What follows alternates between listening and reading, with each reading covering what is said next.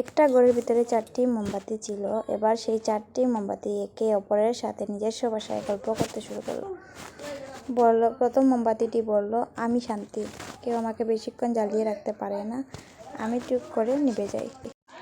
কিছুক্ষণ পর মোমবাতি নিভে যায় এবং দ্বিতীয় মোমবাতিটি মুখ খুলে বলল, আমি বিশ্বাস, শান্তি যেহেতু নেই তাই আমার আর জ্বলে থাকার প্রয়োজন নেই, তাই এখন আমি নিভে যাব। কথা শেষ করে মোমবাতিটি নিভে যায়।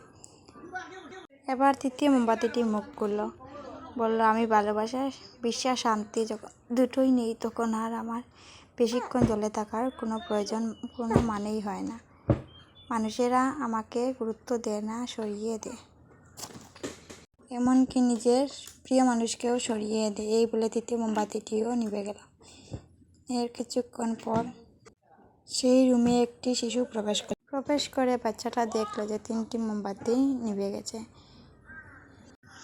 একটা জ্বলছে, তাও আবার টিম টিম করে জ্বলছে।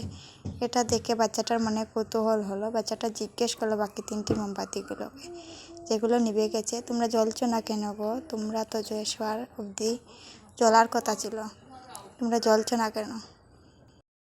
চারপাশটা কি অন্ধকার, আমার ভয় লাগছে, এই বলে বাচ্চাটা কাঁদতে শুরু করলো।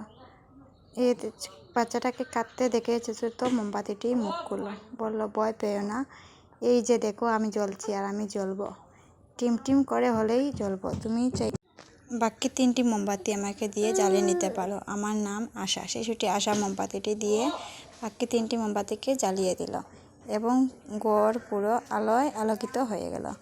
গল্পটা আমাদেরকে এটাই শেখায় যে জীবনে হাজারো আলো নিভে যাক, আশার আলো কোনো নিভে যায় না। আশা না থাকলে শান্তি, বিশ্বাস সব কিছুই মুছে যেতে পারে, তাই কখনো আশার আলোকে নিভিয়ে দেওয়া যাবে না।